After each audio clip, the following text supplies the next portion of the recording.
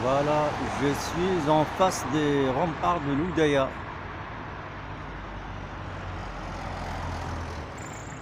Je vais essayer de traverser sans me faire tailler un short.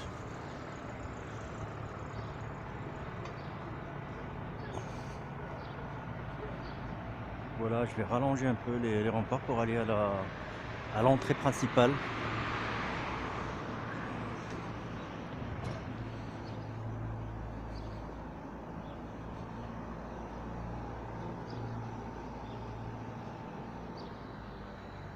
Sur la gauche, on est dans le quartier Lailo. C'est très connu dans la région. Juste derrière, il y a la place de Rabat.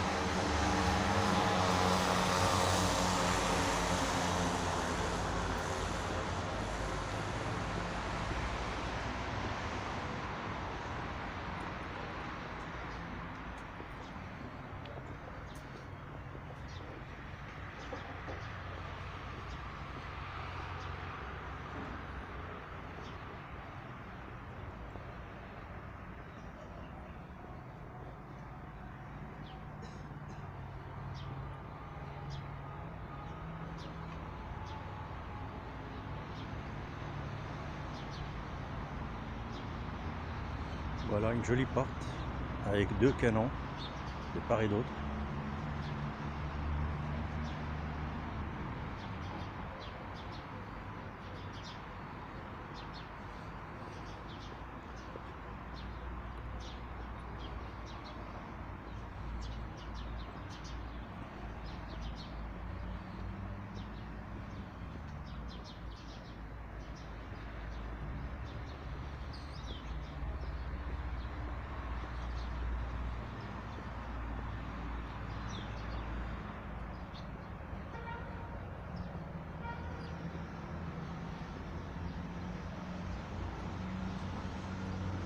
Encore une porte d'ouverte.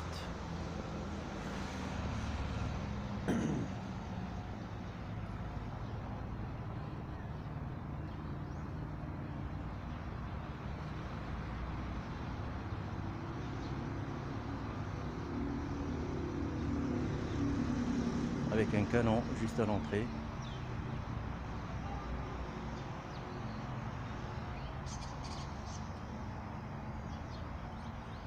Voilà, on continue la montée.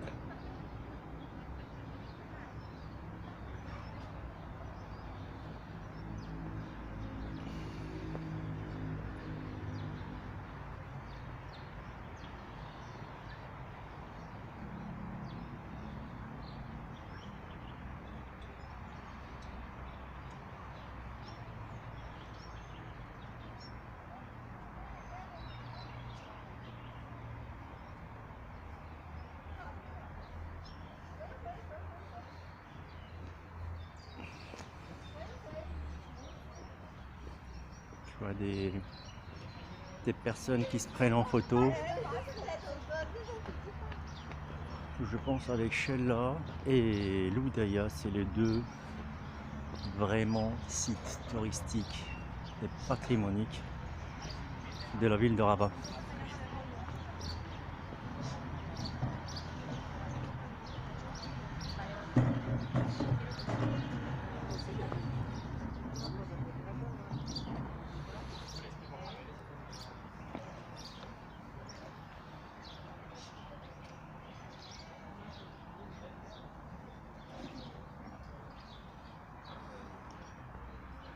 Il faut dire aussi qu'à l'intérieur, il y a des habitations.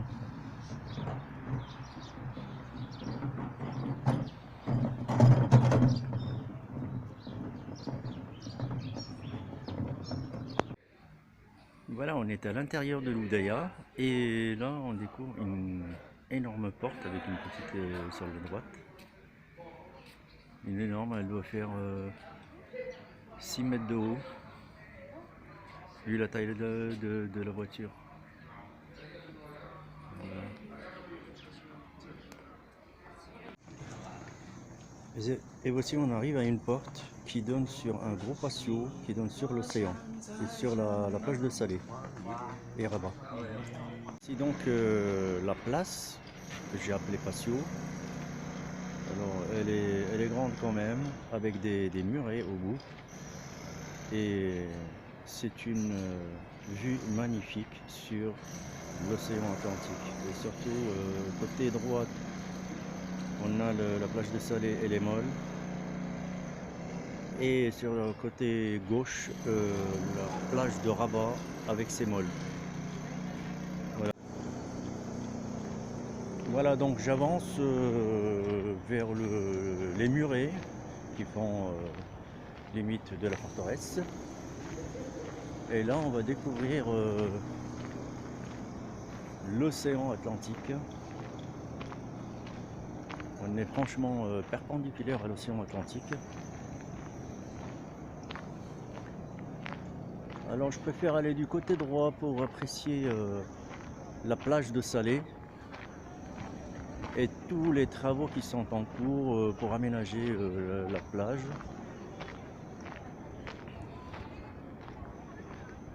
Voilà. Je suis en mode panoramique. Mais je suppose que l'image elle était renversée. Voilà, je découvre comme vous la plage de Salé et l'oued Bourg-Greg.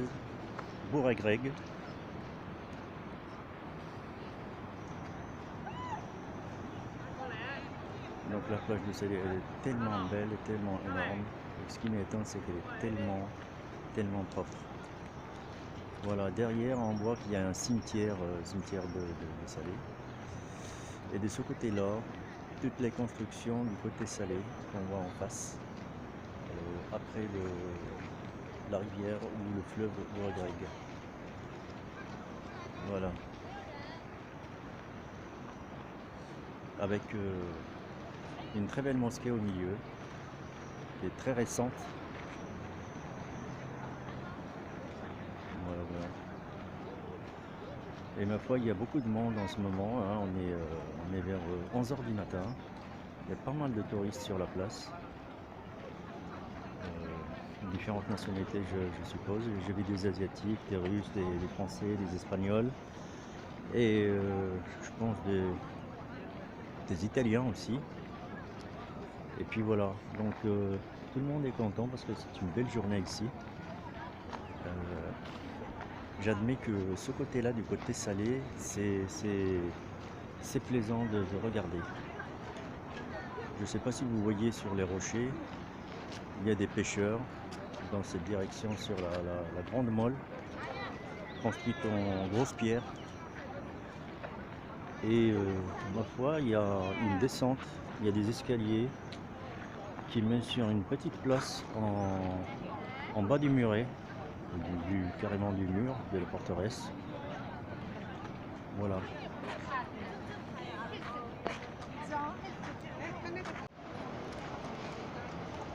Donc là, je suis du côté de la plage de Rabat.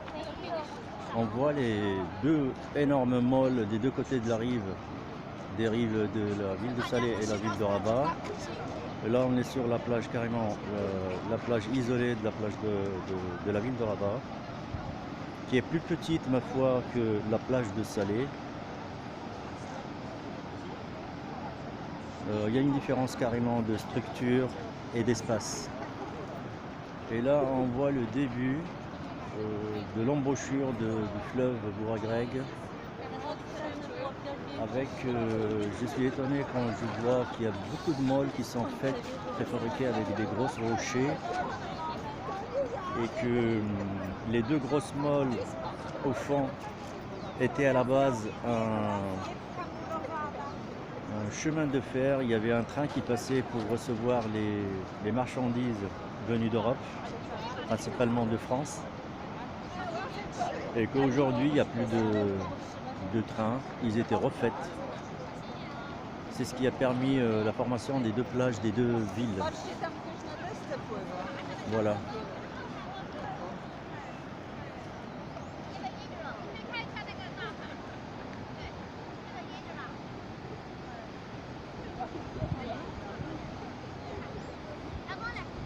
avec juste après la plage de Salé, on voit qu'il y a un phare, et parmi les premiers phares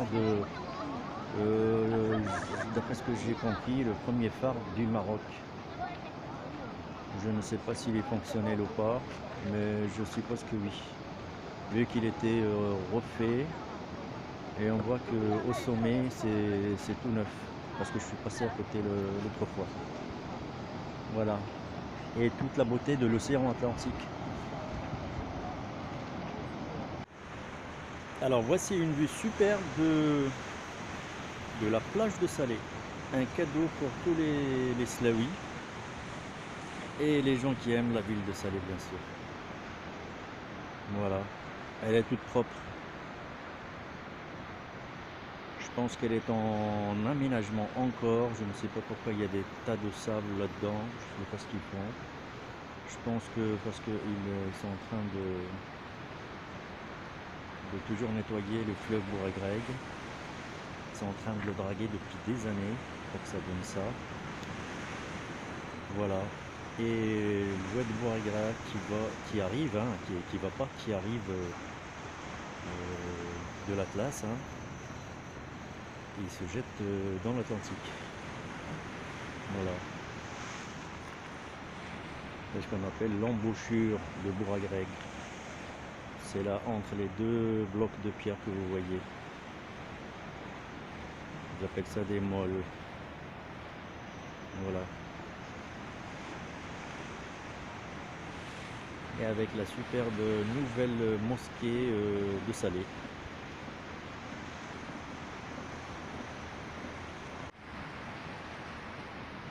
Voilà un cadeau pour mes amis Rabatais et Slaouis et tous les gens et surtout les jeunes qui sont passés par là et ayant utilisé ce gros rocher du côté Rabat. C'est là en marée haute, on montait dessus, et même marée basse, on apprenait à faire des plongeons. C'est très célèbre chez les jeunes de l'époque et puis sûrement les jeunes d'aujourd'hui. Voilà. C'est ce qu'on appelle Al-Bergama.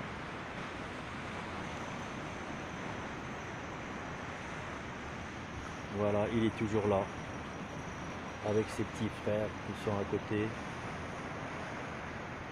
Et que bien sûr, on s'amusait à faire la traversée. C'est ici en général qu'on apprenait à nager, plutôt qu'à la plage. Et je vous signale qu'il n'y a pas le niveau ici, c'est trop profond. Dans le fleuve, il est vraiment profond. Voilà.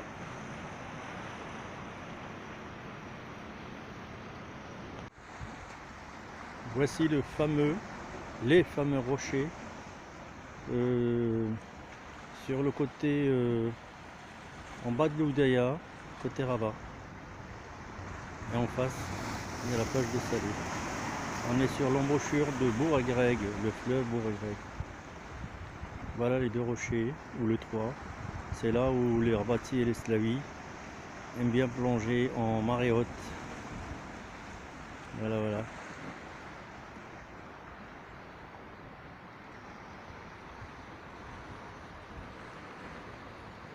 Et là, c'est l'Oudaya juste au-dessus.